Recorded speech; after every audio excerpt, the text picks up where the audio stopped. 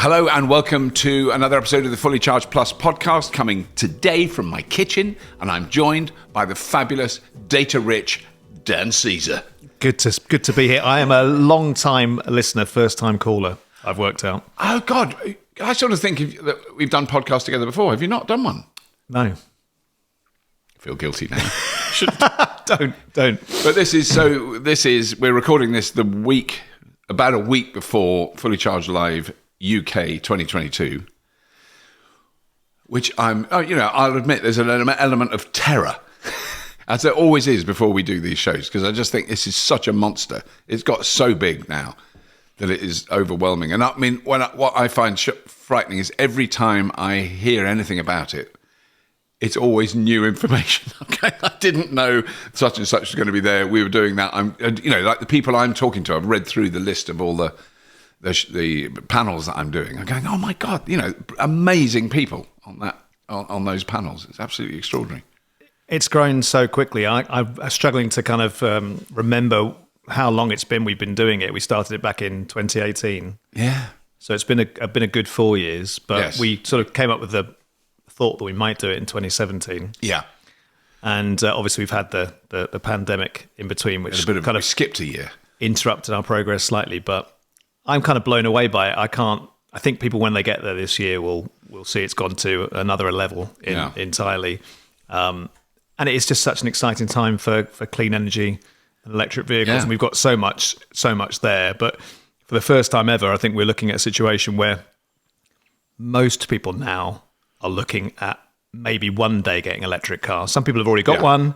Other people are looking at getting one imminently. And then most people are saying, actually, well, how hard can it be? I'm seeing lots of them around. And the same applies now to energy. In the last year, home energy has been in the news constantly. Yeah. Cost of gas in particular, driving up the cost of electricity, boilers. Yeah. Where do we go from here? That's constantly been the news. So it feels like an idea whose time has come. Yeah. While we're on that topic, just in case, because there have been comments about this has featured in the back of shots in the past, that is electric. There's the controls. Definitely electric. Proof. But I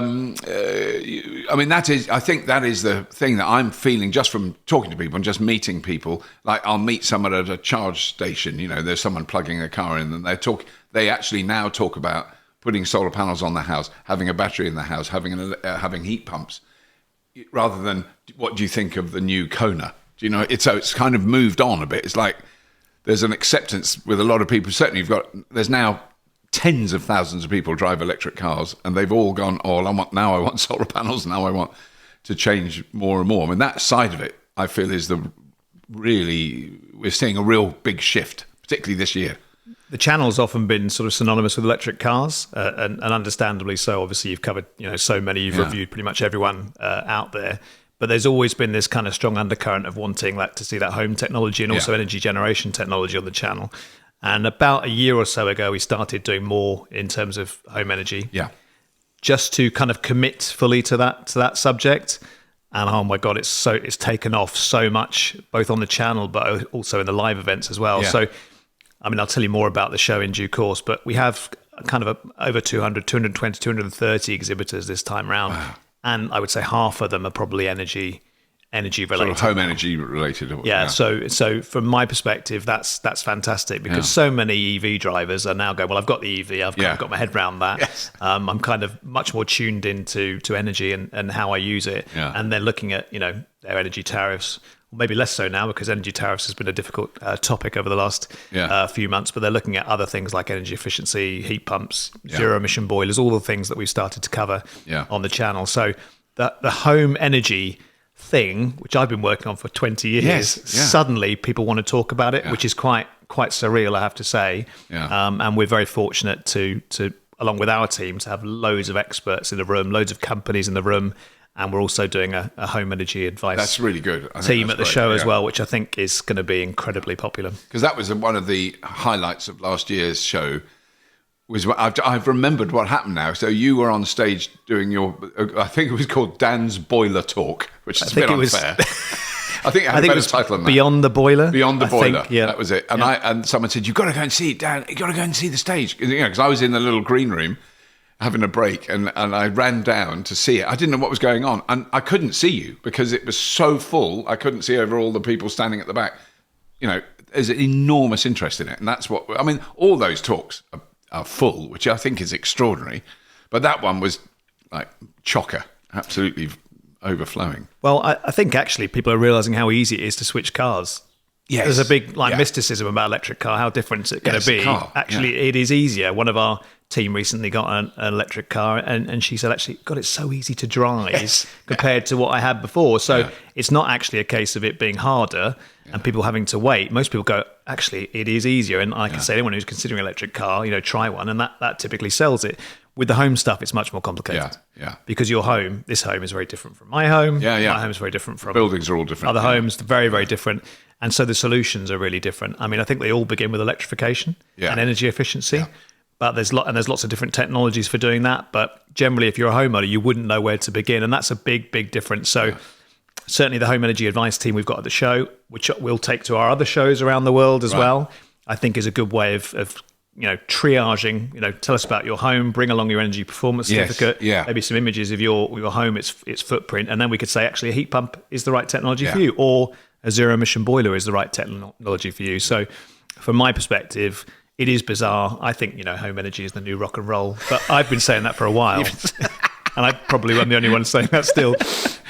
But I mean, what is interesting as well, I'm just looking at our little guideline notes, it is the fact that the YouTube series has been going for 12 years, and the changes that have happened in that time have been remarkable anyway, which is, beyond anything I could have predicted 12 years ago. Particularly, I mean, maybe it's my own pet obsession, but particularly aviation. So since we put out the episode about vertical aerospace, all I'm getting now is tweets about, have you heard about this? Have you heard about that? Why don't you go and see these people?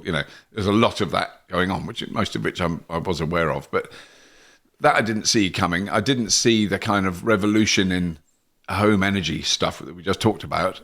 And I think what's interesting is it does feel like there's been two really big kickers for this technology to take off that are kind of outside it. One is Dieselgate, which eventually everyone went, oh, so diesel cars are actually dirtier than we were told. And now Ukraine and Putin and the kind of compromises and corruption that happen in our political system in order to secure our energy imports from, there's no pretty way of saying it, from the most unpleasant regimes on the planet. The two main exporters of, seriously large fossil fuels, Russia and Saudi Arabia, I've got no compunction in saying I don't think they're probably terribly nice, the people that run those countries. Well, when I was talking about solar panels and batteries and electric cars kind of 10 years ago, the only people who'd really listen would be people like you and I would say. And there was a bit of an echo chamber. And quite often people didn't realize how good cars like the early Tesla Model S was, for example. And why would they know? But ultimately, the reality slowly started to bring in more and more people. But Dieselgate was key. So if you've watched the Hard Knocks, it's called, on the Dirty Money series on Netflix, which goes back through that period in VW. That was an absolutely incredibly important moment to make people aware of air pollution. They just didn't think of it. And air pollution suddenly actually became another reason, along with climate concerns, for people to actually start taking these things seriously. But what's interesting is I think we're right in the middle of a real war of ideas. And you could see it on Twitter or YouTube or just in daily life, where the old sort of fossil fuel incumbency has ruled the world for a long time. For a long time. And can't easily give that up. But actually moving to electrification, whether it's in your car, or it's a battery at home, or it's a heat pump or something like that, is about decentralization. Getting away from those big sort of central power systems. It's about, digitization, decarbonization. It's about liberation of those things. And so if I was making my money, let's say out of oil and gas, every solar panel I saw going on someone's roof, every electric car I saw someone driving chipping would be away at your bottom line, a loss of revenue. And actually they can afford to lose one or two, but when it starts to grow exponentially and it's thousands and it's ultimately millions, you could see the collapse of revenues from fossil fuels. So you can see in that context why there's quite so much misinformation, disinformation, dirty tricks from the old industry, because frankly, they just want to slow this down. I think they all accept that it's going to happen. Yeah. But can they slow it down? That's I mean, it is exactly the same the game plan, or the same rule book that was used for tobacco, for catalytic converters, for unleaded petrol, for asbestos. When there's that wonderful book, it's published quite a while ago, The Merchants of Doubt, and that's all their job was, to delay. They knew they couldn't stop governments and people stopping smoking. They knew that the numbers of people who would smoke cigarettes in Europe and North America would go down. They obviously exported to China and India and Africa as fast as they could, but they knew that was going to happen. But they delayed it for decades, not a few months, decades. They make people doubt, well, we're not sure that secondhand smoking is bad for children. Yeah, I think it probably is. It's just like, it was so painfully obvious. And then those same actual individuals, it's not even just the same companies, the same actual individuals now work for fossil fuel companies going, climate change, the science isn't in yet. Yeah. It's not 100%. Well, this is amazing. Might sound like a bit of a tangent, but are you a Meryl Streep fan, Robert? I've admired her talents many times. Okay, well, there's a film with her, and you might have seen, called Doubt. Have you seen that? Oh no, called Doubt. So she's a nun, I think, and right. she is Philip Seymour Hoffman is a kind of high-ranking priest, right? And there's some allegations and things, and some rumors get out. Yes, rumors get out, and I think she ultimately, I think it's in an outdoor setting. She says this is the problem with rumors is, and she gets a pillow and she kind of rips into it with a knife. She lets all the feathers fly across the square. She said, unfortunately, when you start a rumor, that's what's happened. Now go and get all the feathers and put them back in the in the pillow. The trouble with negative information, whether it's on Twitter, or elsewhere, it spreads like wildfire. In fact, it spreads far more quickly than the boring truth. Yeah. And our channel is always positive. Our live shows are always positive. And we're not really playing the game very well from that perspective. No, it's a very difficult one. Because, if I put out a tweet where I was really angry of a rapid charger that wasn't working, it would get a lot of retweets. Yep. If I took a picture, used the rapid charger, it worked. Just being so big. That's exciting. Yeah, well, we like to think we have an impact on the algorithm, whether it's YouTube or Twitter or whatever else, but actually it manages us really, and it's far more into kind of negative emotion and anger and those things. And we're probably doing something wrong, but I think I can look myself in the mirror and say our positive voice generally is really, really I think important. That occasionally angry on Twitter. Yes. Well, that recent example that you were slightly short with a person on Twitter, I think for very legitimate reasons. But that is such a classic one. There was that is he an oil broker then? Is he an energy? He's in the financial market. He's in the derivatives industry, and he certainly worked in the energy industry. Right. So it's always, there's always, cui bono, follow the money. Why are these people saying this? And unfortunately, Twitter has a lot of anonymous accounts. Yeah.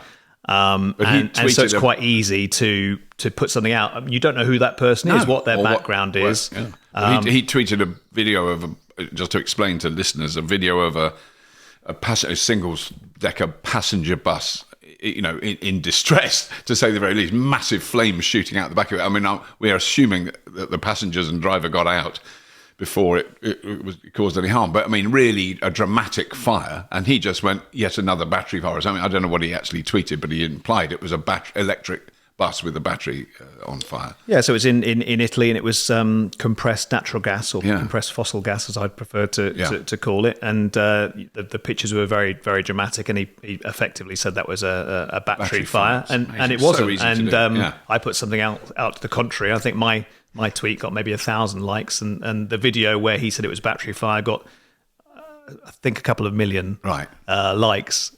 Yeah. It wasn't true. Yeah. And ultimately, I think he realised that took it down because he knew that his followers would realise that actually he was being less than truthful. Yeah. So Twitter is so easy to do that.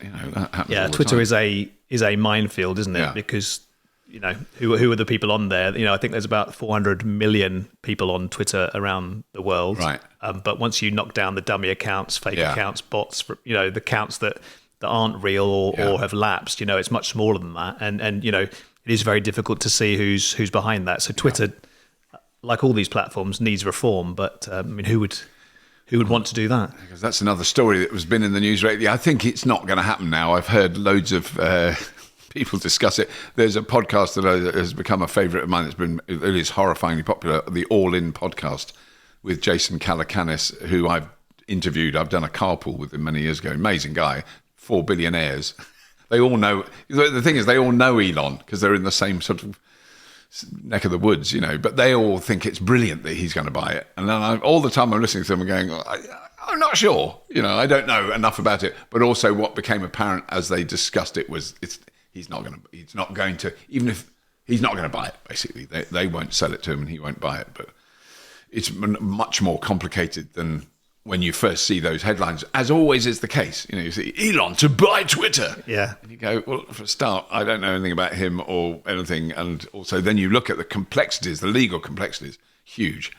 Yeah, well, I think Twitter have adopted a poison pill strategy, haven't they, to sort of prevent him from buying it. And it's interesting that he's interested, but the reality is I think it's a can of worms. Well, the other thing that they did say that I didn't know, one thing I did learn was that I don't know when it was, like 2014, the share price was that I'm not right about this, but the point is not how much it was, but let's say it was something like $37 a share in 2014, and today it's like 37.5. It hasn't. It's been absolutely flatlining, and as a business, it's not functioning well, which is, I think, the argument of billionaires who can run companies well, which they would argue he is someone who's got a proven track record of doing quite well with his two big, SpaceX and Tesla, not exactly slovenly. So that if he took over Twitter, it would be an advantage. But I mean, I kind of, there's a big side of me that really doesn't give a toss. No, but I'm not invested in either of those things enough to worry about it. He's he's very obviously been hugely successful. He's kind of a restless polymath. He wants to be involved in everything. Selfishly, I just like him to focus on wind and solar and batteries and cars. Yeah, and I'd like him to focus on the heat pumps as well. But he's more drawn to other things, But I don't want to go to Mars, really. No, I'm not interested in that. He's very welcome to go there. And equally, from a Twitter perspective, it is a can of worms. But I think where we have got to, and you and I have some experience of working with YouTube as well. Both YouTube and Twitter. Yeah. They're great platforms on one level, but obviously they're deeply flawed on another. And once you've built these things, it's hard to reform them. But I think most of those platforms need some sort of reform. Yeah. Whether Elon's the right man to do that or not, I think will probably be moot. But I think it's probably not actually the best placed person to do that. But we'll see what happens. Probably just conjecture, isn't it? Yeah. I mean, I think we're generally very lucky. The comments that we get on YouTube, there used to be more caustic ones. I feel they're less so now, and there's a lot of really positive stuff. A lot of interesting discussions go on in our YouTube comments. And the same I don't know whether I've successfully blocked so many people who are just annoyingly boring. I just block them. I can't be bothered to read their stuff. But my Twitter feed is less caustic and toxic than it used to be. It feels like, but also I'm not using it as much as I did. So I've kind of backed off quite a bit. I think it is better. I think there are areas of contention still. Yeah. You can guess what those areas are, but I think the energy transition we're not fighting for that now as a concept. It's going to happen. It's going to happen anyway. It's just how fast it happens. Yeah. So I think there's less heat in that discussion. I think in terms of comments, I've always taken it with a really big pinch of salt. Yeah. As someone who runs and works on a YouTube channel, obviously the temptation is to be in amongst the comments all the time, looking at what's going on and taking your kind of feedback from that. But the reality is, and we'd had 27 months between Fully Charged Live UK 2019 and the outside version last September.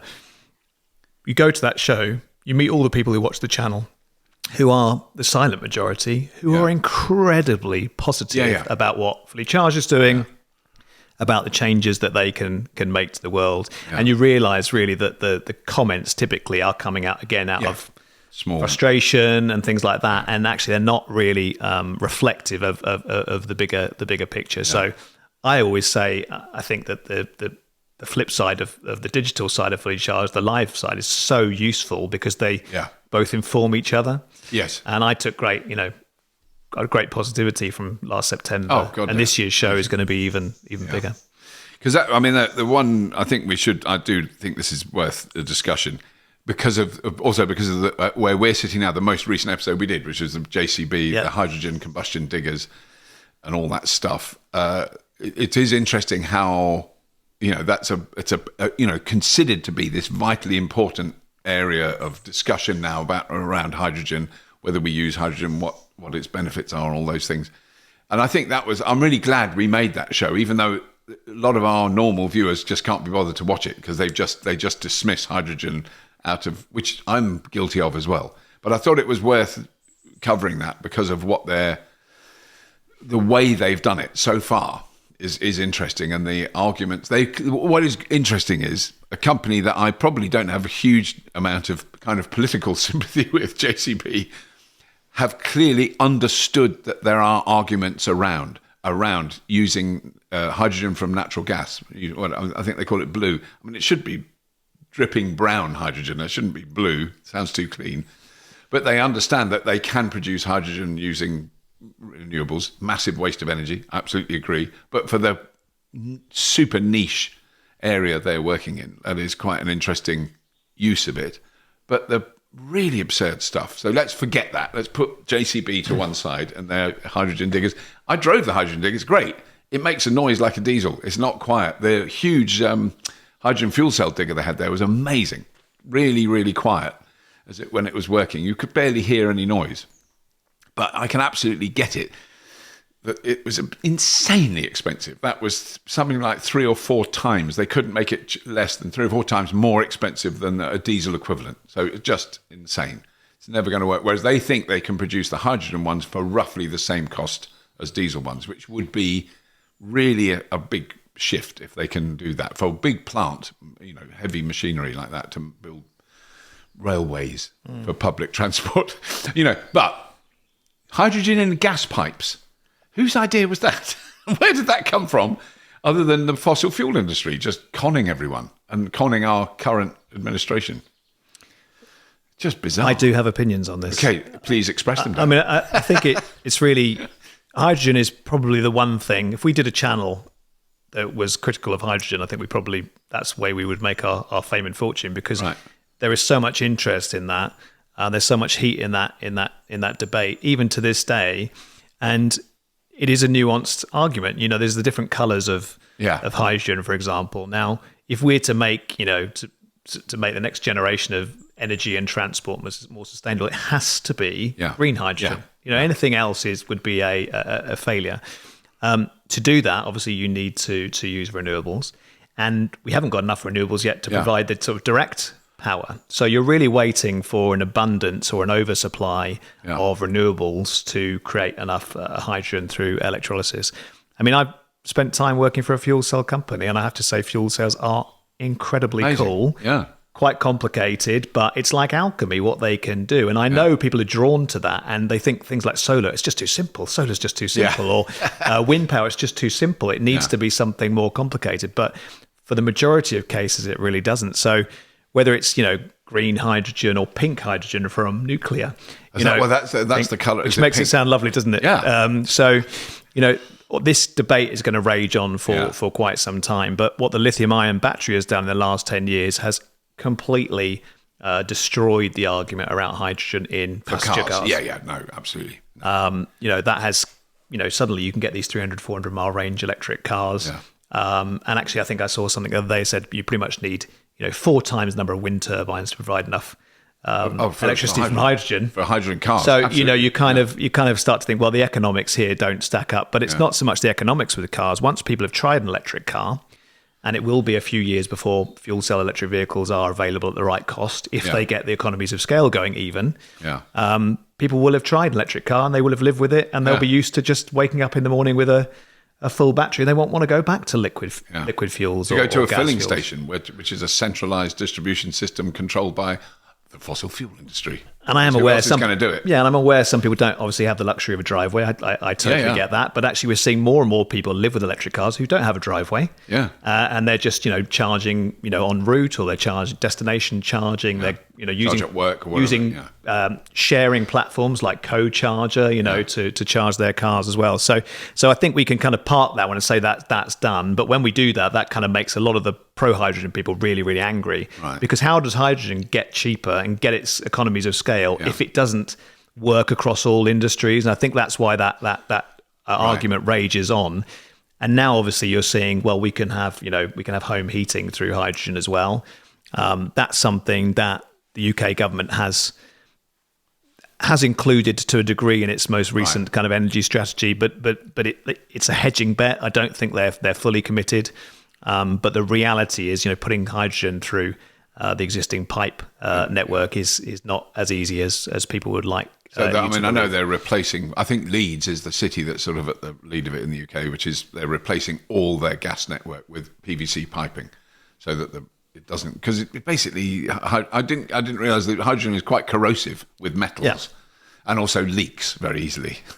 Just some of the questions about the JCB, what's their leakage rate? I want to know. I mean, the thing is, if you've got leaking hydrogen, it's better than leaking methane. It's not actually damaging anything. It's just inefficient and potentially dangerous, I suppose. Well, hydrogen wants to escape, and so it isn't straightforward. And from my perspective, obviously, we've got the world's biggest or second biggest boiler market in the UK. Right. Rivaling China. Okay, so China's population is several times larger than ours, but our gas boiler market is very large, and therefore you've got a significant gas boiler lobby who obviously would love to keep the gas boilers to be replaced by hydrogen boilers, or to at least put hydrogen into the blend to begin with. The reality is, I think there are lots of different electrification of heat options.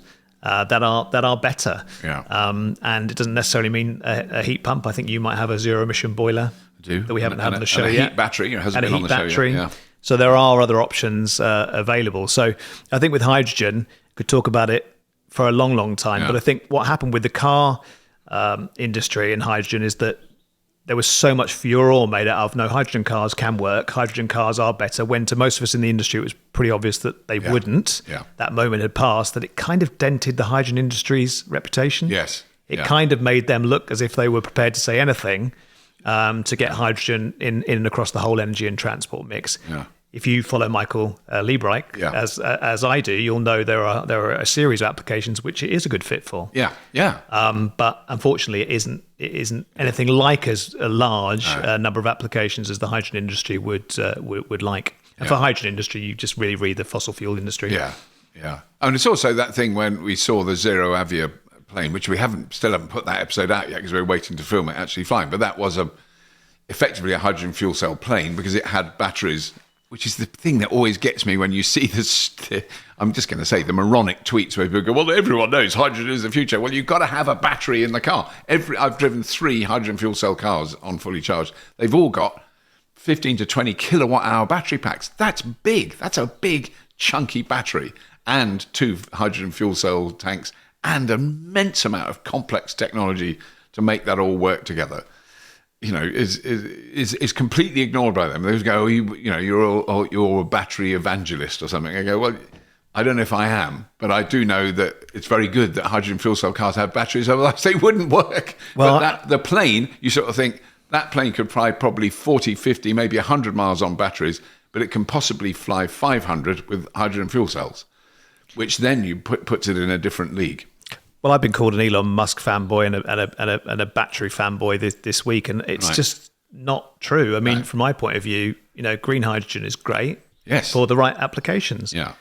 Energy storage is what I'm a fan of. Lithium-ion is currently sort of ruling the roost, propelling the industry. But I think it's going to be a niche in 20 years' time. Absolutely. There will be lithium-ion storage, but it's going to be niche. It's going to be in people's houses. That makes sense. So whether it's things like hydroelectric, or I know people are a bit skeptical about things like gravitricity and things like that. But I want them to work. Energy storage in general is an absolutely fascinating subject. So I'm a fan of that, because if you can get that energy out of the wind, out of the sun, why wouldn't you store it? So that's domestically and on kind of grid level as well. So I absolutely think there is a role for green hydrogen, but it just isn't as ubiquitous as people would like. And I think from the perspective of what we've seen with batteries, there will be other big leapfrogging technologies that will come along quite shortly. But I think there'll be energy storage, and there'll be about electrification as opposed to about electrochemistry and hydrogen. There's also that the one thing that has been a constant sort of drumbeat in the background since I've been doing this show is the next generation of batteries. So I've heard of every possible combination. None of them have appeared. But what I'm absolutely confident of is one of them is going to work. Because there's been sort of aluminium air and lithium, sulfur lithiums. There's a whole range of lithium ones. But there's one that's just come out recently, which is sulfur. Sodium ion, we're going to cover soon, Sodium ion. Yeah. That sounds like that. I've heard about 4 different reports about that. That's just sounding more plausible. I mean, someone's going to crack that. Someone's going to be able to produce a smaller, lighter battery that can be. This is what they're talking about here. Is 10,000 charges before it starts to diminish anything. And at the moment, it's about 2,000, which is an incredible improvement on 10 years ago, where it was about 500 to 1,000. Yeah. Which means you're talking 10 to 15 years of life at, charge it full, drain it, charge it full, drain it. That's a long time. That 10,000 recharges is huge. Well, I mean, going back to hydrogen forward. Twitter, you'll quite often see a hydrogen advocate say, "Oh, but so and so's just spent £300 million on X," and you go, "Yeah, but it's the batteries and electrification that's got the economies of scale. For all the money going into hydrogen, the money going into batteries and energy storage, electrification is orders of magnitude larger. So now that has tipped, it's only going to get quicker. And there's also the brain drain. There's the best talents are going to work for Tesla, are going to work for Rivian, for SK Innovation, for CATL in China. That's where the best, you've got the best people going to those companies as well. So there will be huge developments in fairly short order, I think. Yeah. I mean, it is. I think the concern at the moment is, because that's been one of the the other drumbeat, is the constant reduction in cost of lithium-ion batteries. Yeah.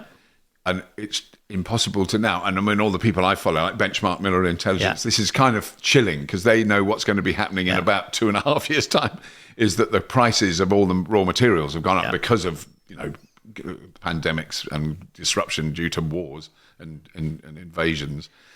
That's probably they're not going to keep going down. I mean, there was predictions a couple of years ago where they would reach this sort of under $100 per kilowatt hour finished cost, and I think we're going to bounce back up a bit. So Benchmark and others have been consistent in saying that lithium supply will get tight. Obviously, with what's going on around the world, that's got worse, and obviously the price of lithium is spiking.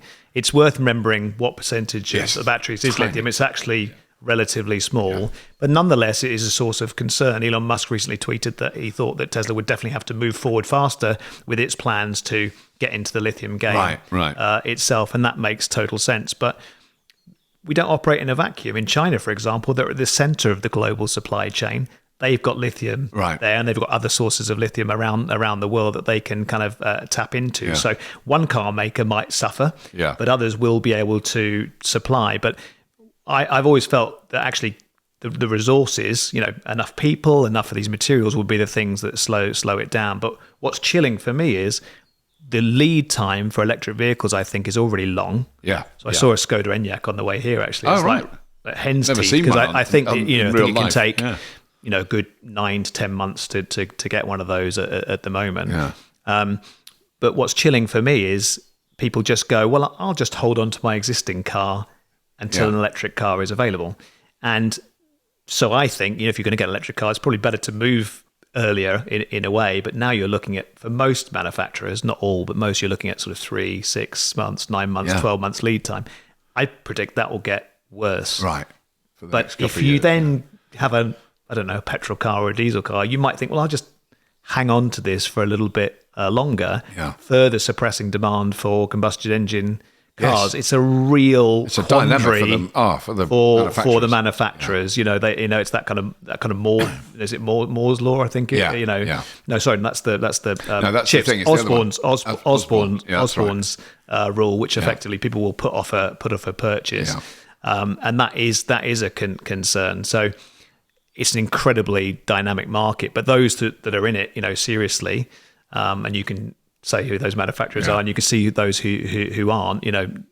I'd say those that haven't been ready for this, haven't prepared for this moment, are in a lot of trouble, I think. Yeah, no, I think you're right. I think I always feel sorry for them, and then they'll say something that's really annoying, and then I feel less sorry for them. But I think it is a difficult transitionary period. But what's encouraging for us, just on a purely selfish level, is that all those manufacturers are fully charged live, they do want to get their cars in front of as many people as possible. You know, there is that commitment is fairly chunky from all those manufacturers. It's incredible to me. I have to sort of name check the events team who now run Fully Charged Live. I'm not saying you're not involved, Robert, or I'm not involved. Very peripheral, my involvement. But it is becoming a lesser involvement. From my perspective, I like to kind of make sure that the content of what's going on the live show is up to the same standard as what's going on within the channel.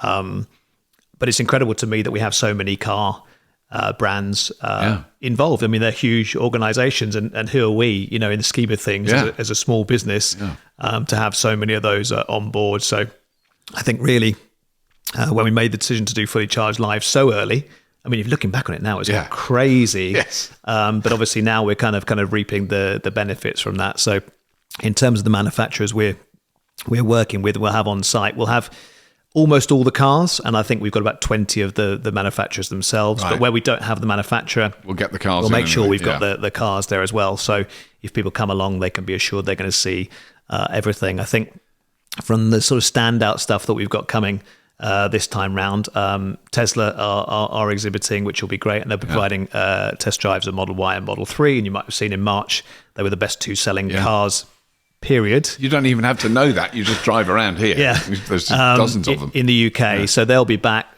Polestar, fantastic Polestar 2 will be there. Kia will be there with the EV6, but also the new e-Niro, the facelifted e-Niro, which is fantastic. Hyundai will be there in a big way. The Stellantis group. I'm going to forget loads and offend a few, but I think some of the notable stuff, we've got Genesis there with the GV60. Yeah, that's interesting. I still haven't seen one of those in real life. We've got Great Wall Motors, Auracat there. Wow. So that's our first sort of Chinese brand. Yeah. We've actually got other cars that are made in China, of course. True. Yeah. And then we've also got the Nobi three-wheeler. Have you seen that one? Yes, I've seen pictures. Which is quite unusual. So we've got loads of good stuff. We've got the VW ID Buzz. It's going to be making its debut as well. So yeah, I mean, if you just like the car side of Fully Charged Live, like Jack, for example, you'll be in heaven, I think, for the time you're there. But there's obviously lots more there as well. Yeah, but then I think it's worth going over the how the company's doing and what, because what we're doing, I'm still. I'll tell you, this is the thing. So people come up to me in the street and go, "Oh, we really love Fully Charged," and I go, "Oh, thank you." And then I'll read something on our Slack channel or on a message about an episode we've made that I've never heard about. I don't know who's made it. I don't know what it is, and I don't know when we've made it. And the fact that it's got to that scale now, that there was a shoot yesterday that I knew nothing about until they'd finished it with Andy Talbot. I was just going, well, I should know that. I felt very bad that I didn't know, but I just can't keep up. There's so much production going on at any one moment. It's terrifying. I think, all told, with presenters, full-time members of staff, part-time members of staff, there's about 40 people involved in Fully Charged now. Yeah. So when I started sort of helping you out on the side 6 years or so ago, it was like literally 2.5 people, I think, including you at that point in time. So it has grown. Yeah.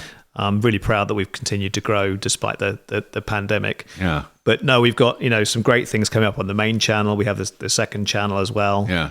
We have some fantastically talented people in front of the camera, people behind the camera. I mean, we have to say that because there's two of them. They are here. They are so, both a pain in the arse, but no, I mean, it is amazing. Yeah. I think the only thing that I would say to people in the business and outside the business is we've been doing this kind of like with one hand, often two hands tied behind our back in terms of what we could film. So only recently, really, we've been able to go out and film in Europe again. Or a car company will send us a car or let us go into go and see a car. I mean, everything was closed down, wasn't it? The team work extraordinarily hard because we're a scrappy startup with kind of not that much in the way of funds, but that is getting better. The more we do the kind of the live events. I'm pleased we found a way with the live events to do something that our audience seemed to absolutely love, which frankly bankrolls, a lot of what we do. Yeah. And, in terms of our presenters now, we had Ricky Roy on the channel recently, Molly Pettit from Norway. We'll be introducing Imogen Pierce, who's joined our already team. Shot a couple of episodes. Very soon, in addition to all the other great presenters we've got, we've put ourselves in a position where we've got a network of correspondents around the world. Yeah. So it is really, really exciting. I did actually hear from Elliot yesterday. Oh, right. He's not allowed out. So he's not shooting much at the moment. He's literally not allowed out of his apartment. So that's... Yeah, I think he's gonna try and join us by video link at which Farnborough. is great. That's fantastic. Yeah, he's really keen to try. Yeah, we were desperate to get him over, as you can imagine. But yeah, he's gonna join the zero carbon way or low carbon way virtually. We're doing a session on the Chinese car makers. And he's going to join us for that. No, that's very good. And then we should mention while we're here, because it's the sort of stuff I mention when I'm recording podcasts for other people, but I just go, and then we're doing it in Amsterdam. That's about it. It's sometime in May. Not very. I'm not very good at doing data. But we are. I mean, I'm really looking forward to it. So I think it's going to be exciting. It's a bit more of a challenge for us because we've never done one there before. It's a different market. Is a different. It's different. But it's an exciting prospect that it's right in the middle of. That's the thing. It's not like Farnborough is outside London. You've got to travel there to get there. You could walk or cycle to this if you live in the Greater Amsterdam area. It's right in the centre, isn't it? The exhibition. What's it called? The Rye. The Rye, yeah. But that's a very exciting world because I think what I'm loving is the prospect that we can, we might be able to do, a little bit this time, but in future more stuff around flight at Farnborough. It's an airfield after all. We might be able to do more stuff around shipping in Amsterdam. We might be able to do more stuff about massive solar and storage in California, which is really or armoured cars. We've got an armoured Tesla coming to San Diego. Yeah. Well, I mean, it's all part of our strategy, really, which is to do more events around the world. So we have obviously the second event in the US coming up in September. Next year in the UK, we'll be doing North and South. Yes, which is great. Finally, some people saying that Harrogate isn't North. Yeah, they said it isn't North. I said I think the residents of Harrogate might disagree with that. I think it is. I think it is North, but let's not fall out over that. So we're doing that next year. Canada next year, which we'll be announcing in about six weeks' time. I was talking to some Canadians just yesterday. Sydney. Sydney, next year as well, and from my point of view, it's really useful to be able to do the events, to grow the channel financially. But above all, I think it's fair to say that you and I are both joined by many things philosophically, but mainly this is more about mission than money. Oh yeah. We're far more interested in getting people to sort of take on these technologies, and they need to see them physically, I think often, whether it's a car or a bike or a heat pump, need to see them physically and talk to someone to work out how to get on board. So I think it's fair to say we're big fans of Dutch culture, Europe in general. Yeah. And so we're, really cycling. We're really excited to be going to Amsterdam. Yeah. The European market obviously is a bit more sort of diverse and complex than ours, but there's going to be some stuff there that most people won't have seen in real life. Even Lightyear, which is a Dutch company, is happening, but most people won't have seen a Lightyear car, even in the Netherlands. No, I mean we're doing lots of. So there are some similarities between the shows in Farnborough and Amsterdam, but if you go to the Amsterdam show, you'll see mostly what you'll see will be different and distinct. And we've got things that you won't see in the UK show. So we're delighted to have a mobility service as a kind of a headliner there. They're a bit like our good friends Drive Electric. They're a leasing company who have been doing this for a long time in the Netherlands. We've got ABB, Fastned, Lightyear, many others kind of involved with the show. But I don't think you've seen the Lightyear. You kind of went. I've had a ride in the back. Had a ride in it, but most people obviously from our audience have seen it on the channel, but haven't seen it in real life. So that'll be great. We've got Xpeng Motors, coming, which is I think quite symbolic. Really, I think that. For the Chinese manufacturers, they are looking at ways in which they can launch in Europe, in North America, and other parts of the world. So we'll have the P5 there and the P7. Right. I think they're going to be very, very popular cars indeed. And then we have all the normal things like our stages, with loads of good live sessions. We're having a home energy advice team over there. We're doing Electric Avenue to make sure we've got all the different cars at that show as well. Right. So we're really, really excited about that. But obviously from a timing point of view, running a new show, it's a bit like, Rivian have had quite a hard time over the last couple of years, not because they don't have a great product, but because they're at the early stages of startup. So actually making a car during the supply chain crisis has been incredibly complicated. Well, we launched a European show during the middle of that as well. So it has been a little bit more challenging. But no, we can't wait to get over there, do our first European show, and then start planning our second one. But yeah, next year there's supposed to be 6 events.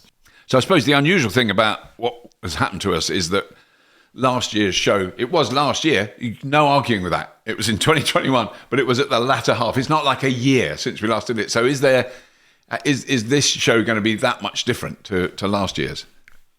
Yes, significantly. So I don't know why I added that dramatic pause. What's interesting is we ran the show in September, but we'd always felt its kind of logical time was spring. Yeah. And obviously we had to move it to September for, reasons we've talked about before.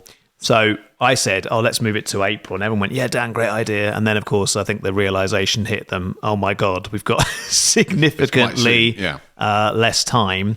And really, for a variety of reasons, we had a few headwinds. For a variety of reasons, we didn't really start on it properly until January. And by properly, I mean full team. And you're talking about organising it. Full team, all the organisation. But nonetheless, it's doubled in size. Right. Wow. Again, which I think tells you everything about the kind of the growth that we're on as a show. So what can you expect? A much better show, much bigger, about double the size. So last year we were almost entirely outside. Yeah. And you might have seen if you came into the Giga Theatre that we used some of the indoor there was some space. cars we on used display, maybe but very little. Yeah.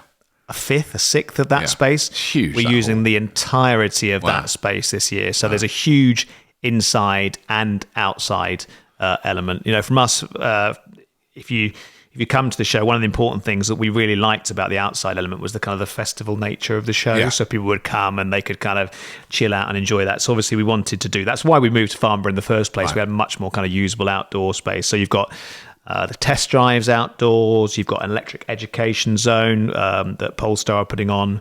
Used electric cars. Yes, we're really going down the route of having a used electric vehicle zone as well this year, which is going to be fantastic because that's always the big argument. Is the barrier is the first time cost. So fantastic to have some used cars at the show this year. We have one of our theatres outside. We have a commercial vehicle zone with people like Volta exhibiting. Right. A 2-wheel test track.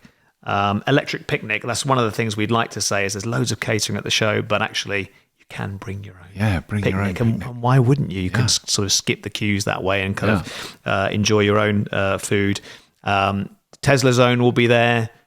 Tesla will be there themselves, which is fantastic. I've only ever seen them at the Los Angeles Motor Show. It's the only time I've ever seen Tesla have a stand with their cars on it and with a power wall and with solar tiles. And that was in Los Angeles 5 years ago. And all the other car shows I've been, they don't do stands very often at car shows. They really don't. So this is our 4th show and this is the 3rd one they paid to be at. They weren't at last year's one in September. That's right, so it's quite a coup to have them there.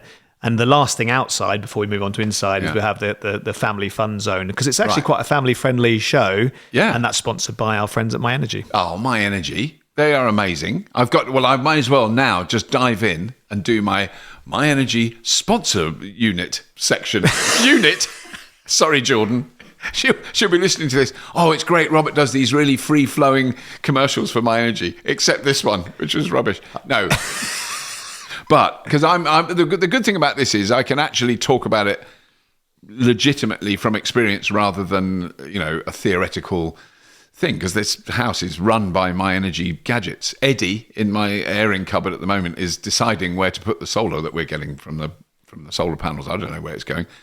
I have been known to open the door to that airing cupboard and go, oh, all right, Eddie, are you okay, mate? Because I forget he's there for months at a time. He's just busy doing that. So he heats the water, keeps the cooker hot. He does the central heating. He does everything. The cars, the batteries, so that is brilliant. Did you know that I've also got, since we last have you talked, I have a zappi. Oh, you've got a zappi, yeah. Well, that's the other one, yeah, the zappi charger. Because I think for the first 5 years of my electric vehicle life, I had another charger. Right.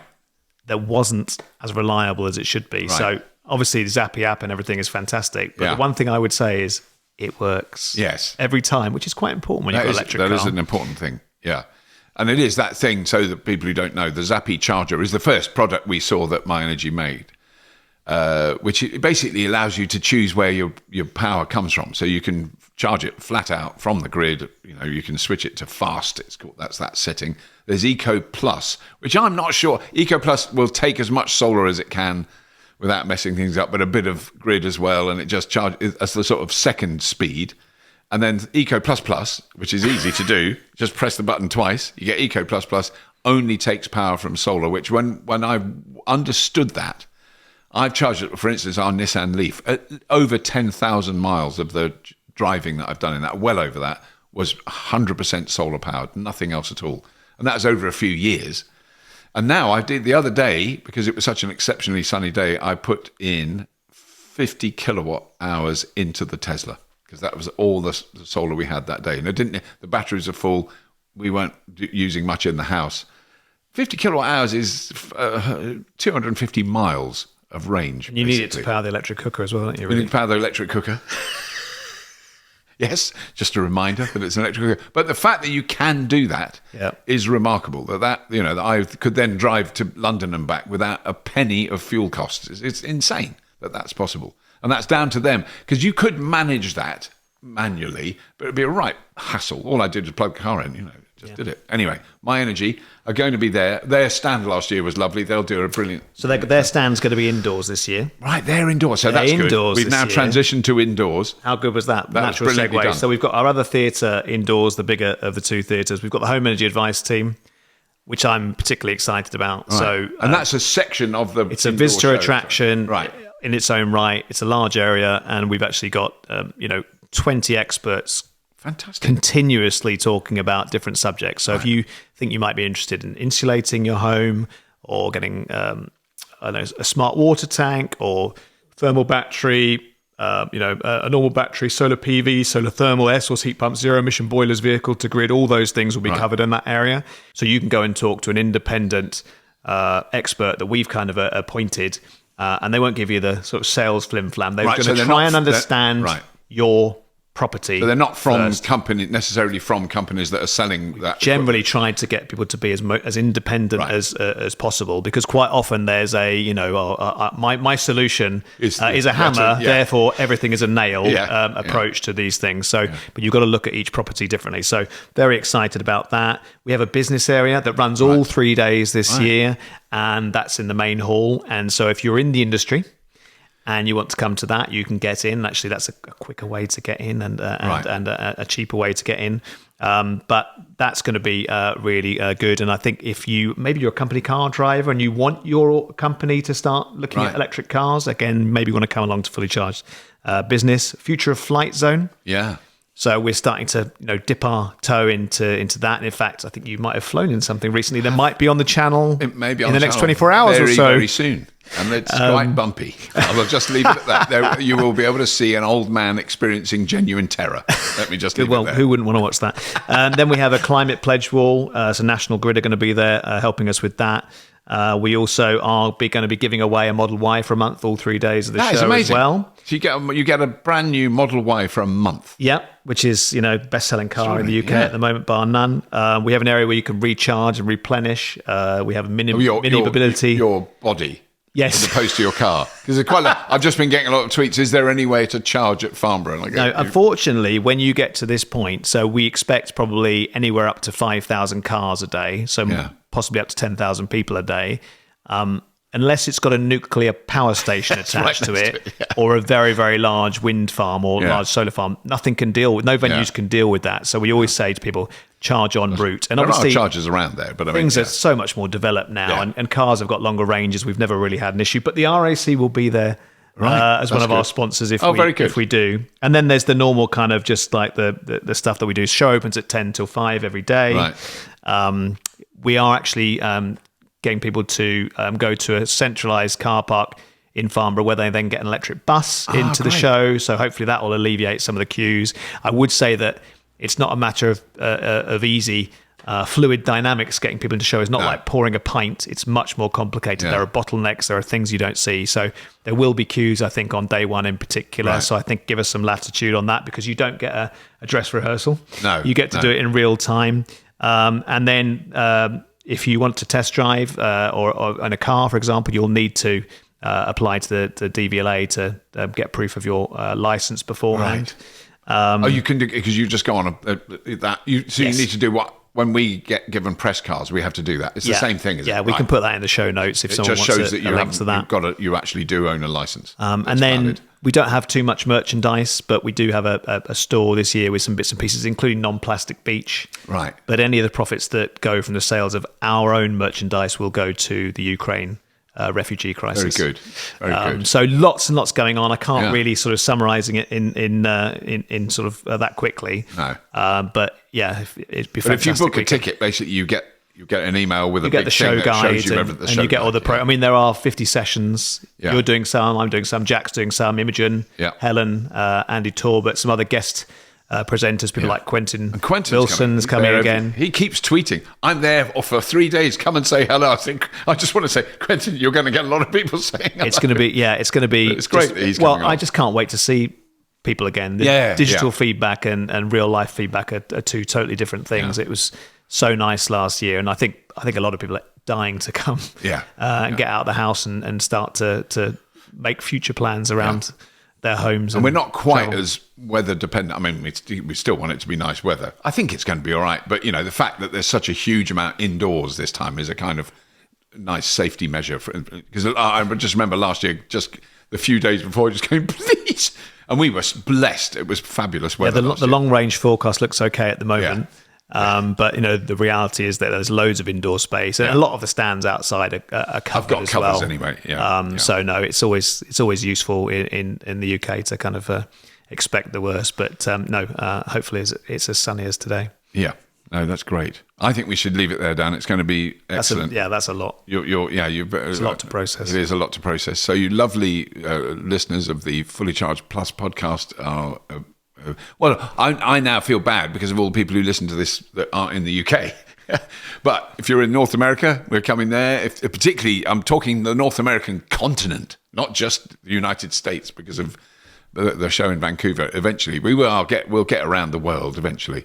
But yeah, certainly at the moment, our focus is very much on the UK show.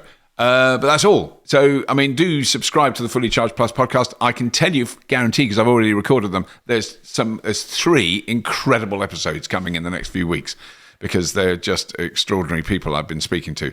No spoilers at the moment. And have a look at the Patreon link. All the links are in the show notes for this episode. And that's it, really. As always, if you have been, thank you for listening.